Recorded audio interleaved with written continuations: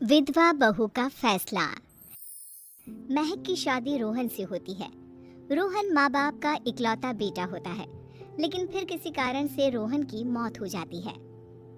बेटा महक, तेरे आगे इतनी बड़ी जिंदगी है, फिर बच्चों की भी जिम्मेदारी।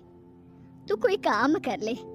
मैं तो कहती हूँ रोहन के ऑफिस में ही बात कर ले, शायद तेरे लिए कोई काम निकल आए।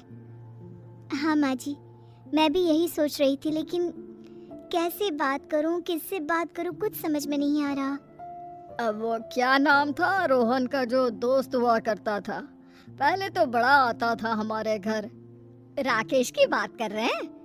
पर वो तो रोहन के बाद से कभी आया ही नहीं, पता नहीं कहाँ है वो। आया था, एक नहीं कई बार आया था, लेकिन मैंने बाहर से ही भेज दिया। घर के अंदर झांकता रहता था, मुझे ठीक नहीं लगा। अरे आपको तो पता नहीं क्या ठीक लगता है और क्या नहीं। उसका नंबर है मेरे पास, मैं आज ही फोन करती हूँ। सास राकेश को फोन लगाती है और शाम को घर आने का न्योता दे देती है। अरे आंटी, ओहो भाग्य हमारे कि आपने घर बुलाया। मैं तो कई बार आया, लास्ट टाइम तो अंकल से मुलाकात भी हो गई थी। हाँ, वो हम लोगों को निकलना था ना कहीं उस वक्त। अरे छोड़ो ना बेटा, बोलो क्या लोगे? आपकी बहू। क्या बकवास कर रहे हो राकेश? अरे मेरा मतलब ये है कि आपकी बहू कहाँ है? भाभी जी के हाथ की चाय की बस एक प्याली मिल जाती तो। महक चाय लेकर आती है, लेकिन वो जैसे ही राकेश की ओर देखती है, उसे राकेश पसंद नहीं आता। वो अंदर जाने को होती है कि अरे भाभी जी कहाँ जा रही हैं? बैठिए तो सबके साथ। जी नहीं, बच्चों को खाना खिला रही हूँ, आप माँ जी से बात करें ना। अंदर जाने के बाद सास कहती है, अरे बेटा राकेश, वो क्या है ना, वैसे तो तेरे अंकल जी की पेंशन आती है, साथ ही ऊपर 2 मंजिल मकान से किराया भी, तो हम लोगों का तो अच्छा चल जाता है। लेकिन महक, उनकी चिंता आप न करें आंटी, आदेश दें बस आप तो। देखो भाग्यवान, रहने दो, कोई बात नहीं, मैनेज हो जाएगा। अरे क्या मैनेज हो जाएगा अंकल, हमें भी बता दें। आप चुप रहिए जी। अब वो क्या है ना राकेश, तुझे तो पता है कि रोहन के 2 बच्चे हैं, उनकी पढ़ाई लिखाई का खर्चा बहुत है। हम ये चाह रहे थे कि रोहन के ऑफिस में महक को भी अगर कोई काम मिल जाता तो। क्यों नहीं आंटी जी, मैं हूँ ना, मैं बात कर लेता हूँ। वैसे तो आप हाँ ही समझिए। महक भाभी को बोल देना कि कल तैयार रहें मेरे साथ ऑफिस चलने के लिए, मैं मालिकों से मिलवा दूंगा उन्हें। महक अंदर से सब सुन रही थी। अच्छा आंटी जी, तो चलता हूँ, कल आ जाऊंगा। अच्छा भाभी जी तैयार रहिएगा कल। राकेश तो चला जाता है, लेकिन ससुर सास पर बरस पड़ते हैं। मुझे ये आदमी एक पैसे का पसंद नहीं है, तुम इसे बोल दो कि हमें कहीं नहीं करवानी बहू से कोई नौकरी। अरे क्यों नहीं करवानी, सारा पैसा मैं इसके बच्चे और इसी पर उड़ा दूंगी, तो मेरी बेटी को क्या दूंगी? जरूरत क्या है तुम्हारी बेटी को तुम्हारे पैसे की? अरे वो तो पहले ही बड़े पैसे वाले घर की बहू है। अपनी बहू की सोचो जो अब तुम्हारी बेटी जैसी है। बच्चे रोहन की आखिरी निशानी है। अरे अपना भाषण अपने पास रखो, सारा दिन घर पर बैठी रोटियां तोड़ेगी, तो काम करे ना कुछ बाहर जाकर।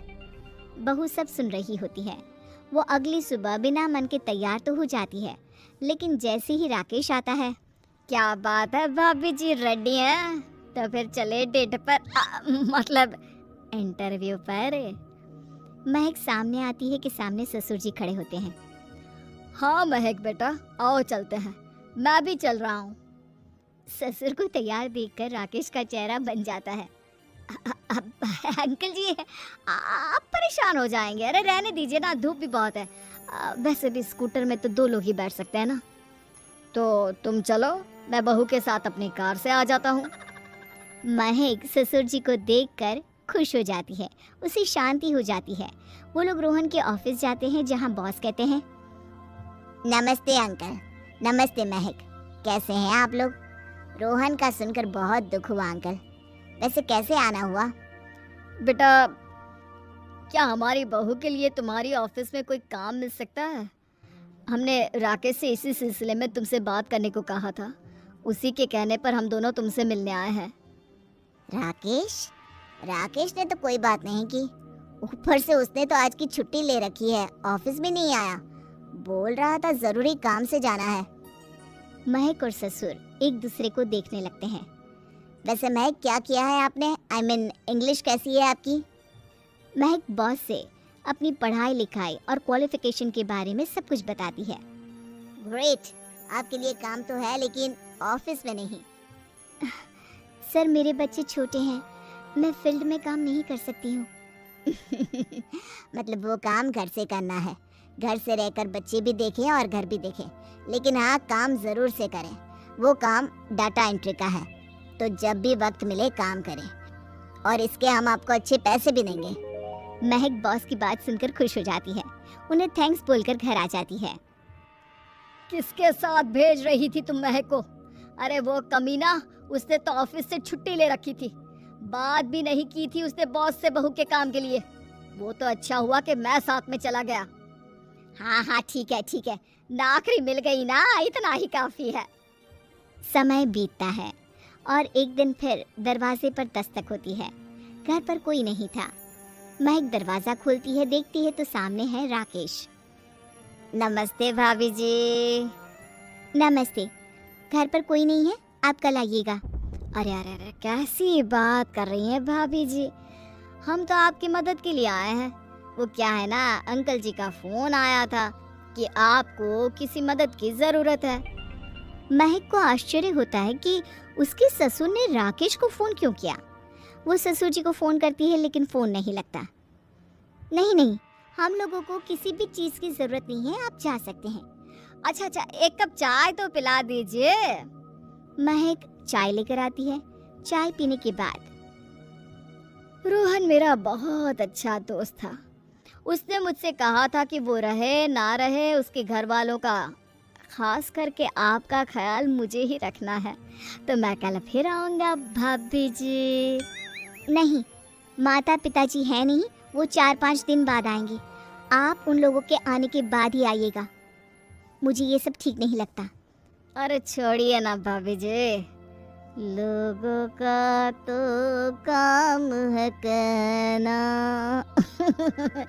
मेरा मतलब है वो तो बोलते ही रहेंगे। आता हूँ मैं कल। महक को अब गुस्सा आ जाता है। हमेशा शांत और मधुर बोलने वाली महक पहली बार जिंदगी में फैसला लेती है, और फैसला होता है राकेश को सबक सिखाने का। बड़े बेशर्म हैं आप। किसने कहा आपको कि आप आए? अरे भैया, साफ साफ बोला ना कि नहीं जरूरत है किसी की मदद की। मैं अकेले सक्षम हूँ अपना घर संभालने के लिए। आज आखिरी बार बोल रही हूँ, इस घर की तरफ आँख उठाकर भी देखा ना तो देख लेना, वरना